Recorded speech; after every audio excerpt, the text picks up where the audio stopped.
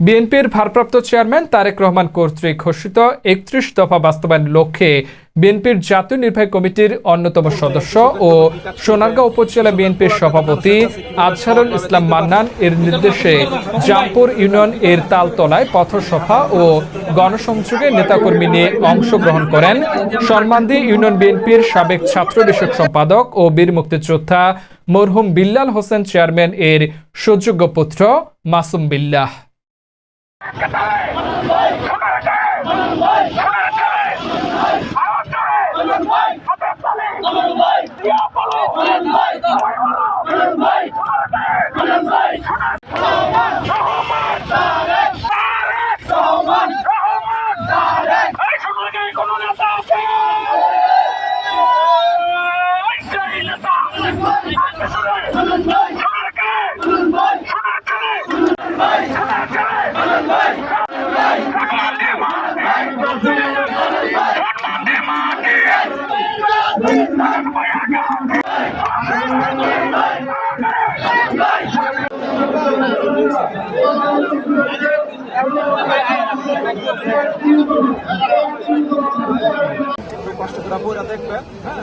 এখানে দ্রব্যমূল্য কিভাবে নিয়ন্ত্রণ করবে, কৃষকের জন্য কি কাজ করবে, কৃষকের প্রোডাক্ট যাতে মানুষের কাছে কিভাবে সহজভাবে যাইতে পারে, তারপরে মহিলাদের জন্য কি করবে, হ্যাঁ বিস্তারিত আপনার দেওয়া আছে। একটু কষ্ট করে পড়ে দেখবেন, দোয়া করবেন।